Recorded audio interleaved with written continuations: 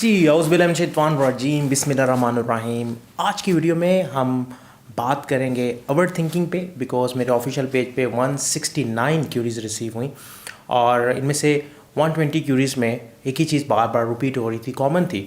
And वो common चीज़ क्या थी? Over thinking, negative thinking and negative behaviour.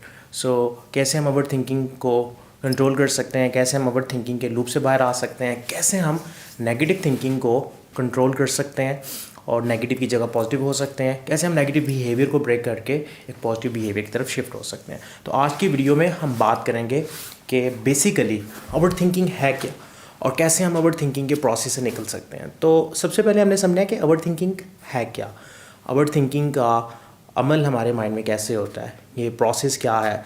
और हमने अमूमन यूट्यूब पे डिफरेंट पोर्टल्स पे वीडियोस हम देखते हैं। वीडियो जब ख़त्म होती है तो एक रिप्ले की ऑप्शन आती है। अगर हम रिप्ले के बटन को प्रेस करते हैं तो वीडियो दोबारा से रिप्ले हो जाती है, दोबारा से वो वीडियो प्ले होना शुरू हो जाती है। अच्छा, इसी तरह एक उसमें ऑप्शन होती है जैसे हम रिपीट की ऑप्शन कहते हैं या लूप की ऑप्शन कहते हैं। अगर हम उसको ऑन कर दें तो वो वीडियो बार बार रिपीट होती जाएगी, ख़त्म होगी फिर रिपीट होगी, ख़त्म होगी फिर रिपीट होगी, ख़त्म होगी फिर रिपीट होगी। सिमिलरली हमारा माइंड जो है, इसमें जो माइंड का जो कंट्रोल है वो फोकस पे है कि हम अपना माइंड का कंट्रोल, अपने माइंड का फोकस किस चीज़ पर कर रहे हैं।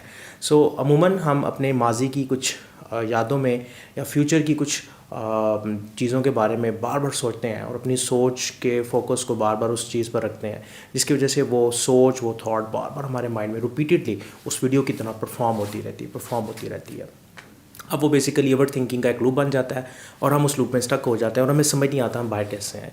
तो उससे बाहर निकलने के लिए हमने बेसिकली अपने फोकस को वहाँ से हटाना है। और फोकस को हटाने के लिए देयर आर मैनी मेथड्स, जिनमें से एक कॉमनली मेथड ये है कि हम ब्रीथ इन ब्रीथ आउट की एक्सरसाइज पर अपना फोकस करते हैं। हम सांस लेने के अमल पे अपना फोकस लेके आते हैं। हम सांस अंदर लेके जाते हैं, अपना फोकस उस पर रखते हैं, फिर सांस बाहर निकालते हैं, अपना फोकस उस पर रखते हैं। बिकॉज जैसे ही आप ब्रीथ इन ब्रीथ आउट पे अपना फोकस लेके आते हैं तो आप उस ओवर थिंकिंग की लूप से बाहर आ जाते हैं और आपका फोकस एकदम चेंज होता है। और जैसे ही आपका फोकस चेंज होता है, अब आप उस ओवर थिंकिंग की लूप से बाहर हैं। अब आप इस अमल के बाद अपने आप को किसी और एक्टिविटी में एंगेज कर सकते हैं, अपने गोल के लिए एक्शन कर सकते हैं और आप अपनी नॉर्मल रूटीन की लाइफ गुजार सकते हैं, रेदर देन कि आप दोबारा से उस ओवर थिंकिंग के प्रोसेस में स्टक हों।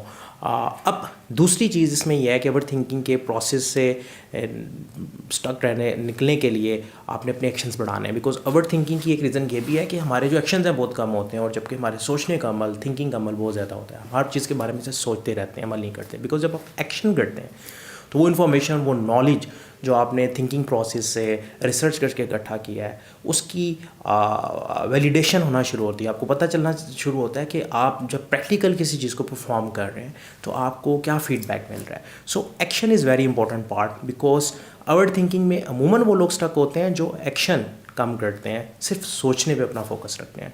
तो सेकंड स्टेप है कि आपने अपने एक्शन की फ्रिक्वेंसी को बढ़ाना है, आपने ज़्यादा एक्शन करने हैं। और थिंकिंग का प्रोसेस भी इंपॉर्टेंट है, बट थिंकिंग के साथ साथ जितना आप सोच रहे हैं उतने एक्शंस भी करने हैं, जितना आप पढ़ रहे हैं उन चीज़ों को उतना आपने एग्जीक्यूट भी करना है। बिकॉज हम आज के दौर में जिस फास्ट पेस वर्ल्ड में है, हर तरफ से इन्फॉर्मेशन आ रही है, social media, books, audios, videos, mind में कुछ थॉट्स आके इसलिए स्टक हो जाती हैं, हम ओवर थिंकिंग में इसलिए स्टक हो जाते हैं कि हमारे एक्शंस कम होते हैं। बिकॉज जब आप एक्शन करते हैं तो आप ओवर थिंकिंग के लूप में स्टक नहीं होते। बिकॉज हर एक्शन आपको एक फीडबैक देता है और वो फीडबैक आपको एक नई डायमेंशन में सोचने पर मजबूर करता है। पुराने old patterns, old thinking pattern से आपको निकलने पे मजबूर करता है, आप कंफर्ट जोन में स्टक नहीं होते। सो सेकंड स्टेप है आपने अपने एक्शन की फ्रिक्वेंसी बढ़ानी है। And the third one is आप अपने फोकस को चेंज करने के लिए एंकर का इस्तेमाल कर सकते हैं, जो हम एंकर की टेक्निक NLP के अंदर यूज़ करते हैं। लाइक इसमें आप ये कर सकते हैं कि आपकी ज़िंदगी का कोई भी शानदार इवेंट, कोई भी एक यादगार इवेंट जिसमें आप फुल हैप्पीएस्ट स्टेट में थे, उस इवेंट को दोबारा से विजुलाइज करें, अपने माइंड की स्क्रीन पे उस वीडियो को दोबारा से प्ले करें और उस को प्ले करने के बाद उसको फील करें। अब इस प्रोसेस में भी आपका फोकस उस ओवर थिंकिंग की लूप से बाहर आ जाएगा।